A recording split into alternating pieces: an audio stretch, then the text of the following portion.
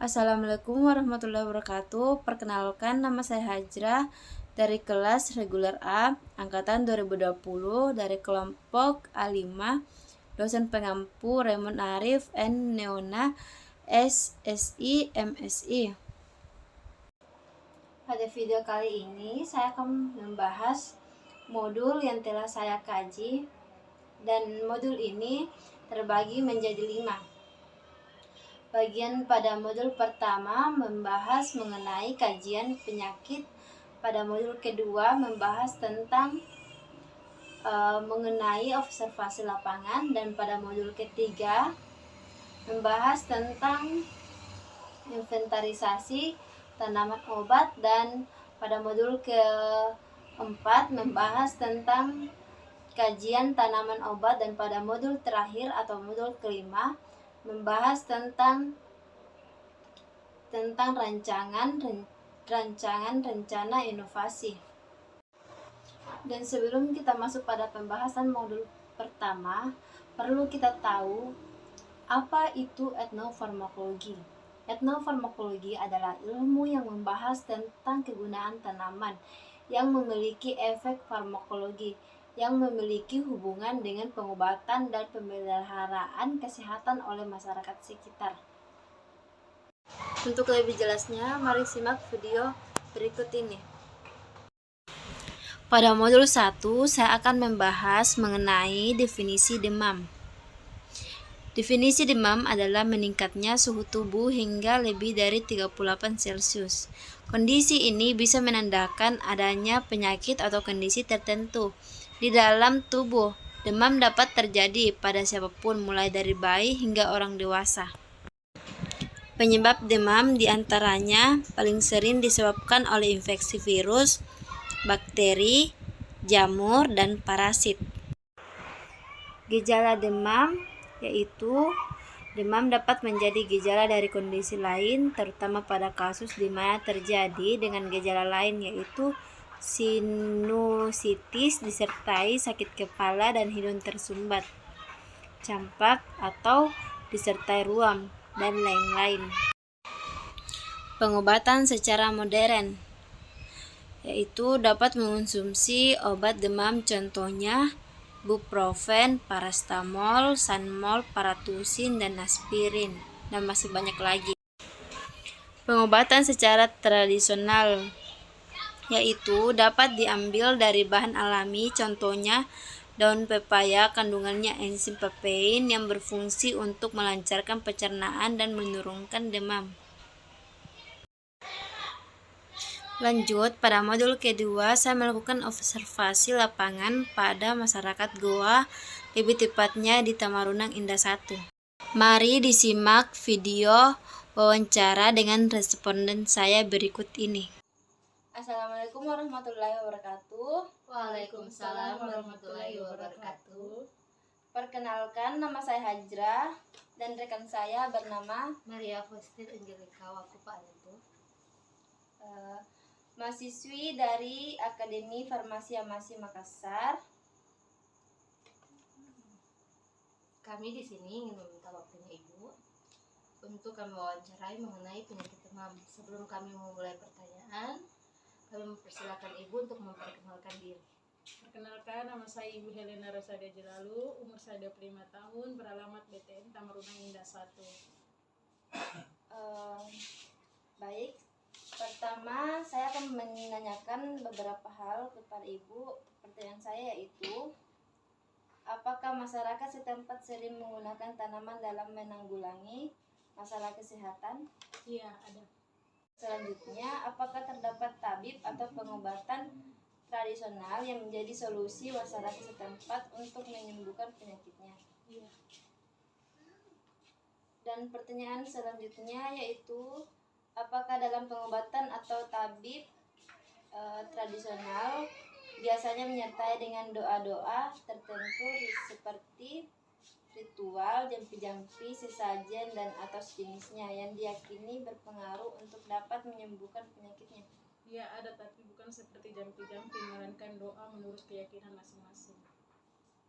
Pertanyaan selanjutnya yaitu, masyarakat menyertai dengan doa-doa tertentu seperti ritual, jampi-jampi, sesajen, dan atau sejenis yang diyakini berpengaruh untuk dapat menyembuhkan penyakitnya. Tidak ada.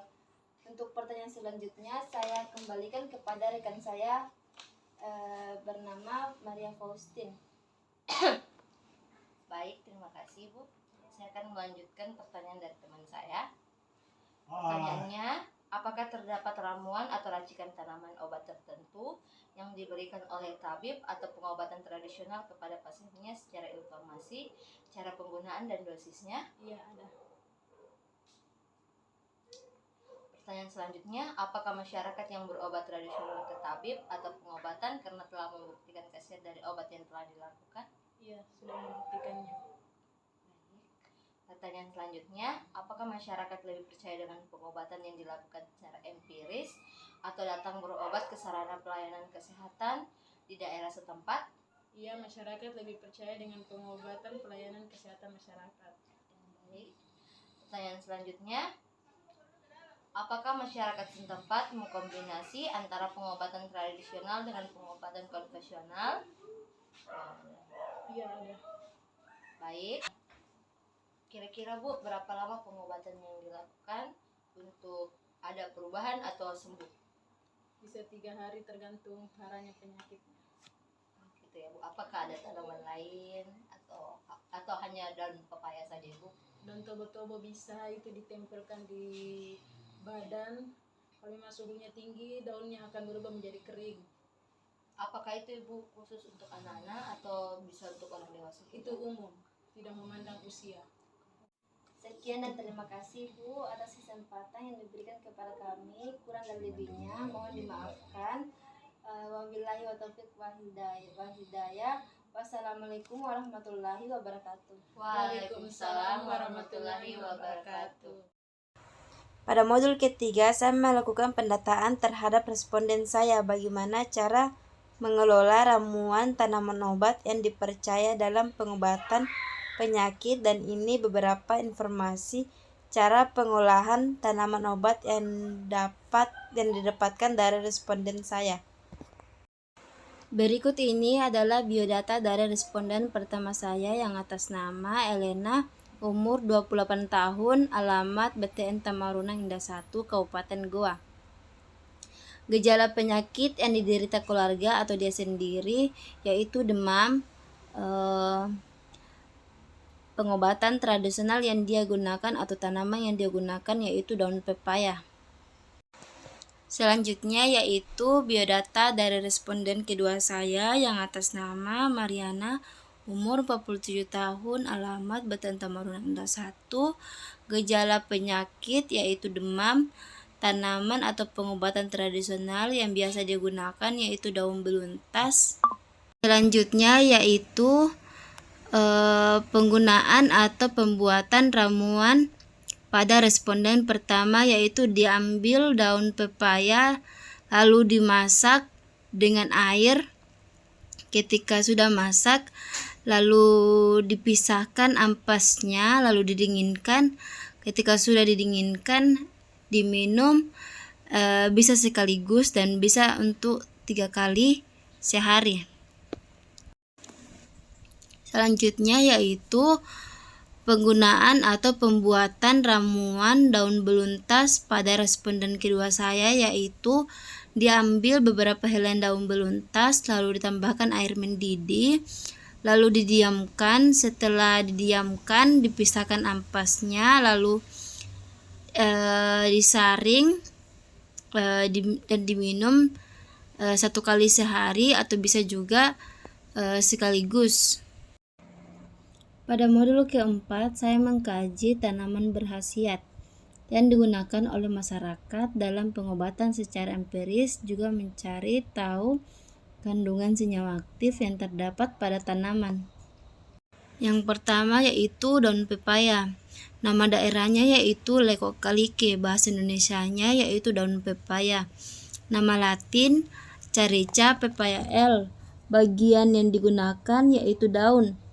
Kandungan senyawa aktifnya yaitu antara lain enzim papain, alkaloid, carpeina, pseudocarpeina, glikosid, karposid, saponin, beta-karotene, pektin degalaktosa, larabinosa, papain, papiotimin, fitokinase, glukosida, cacirin, karpen, dan pepein.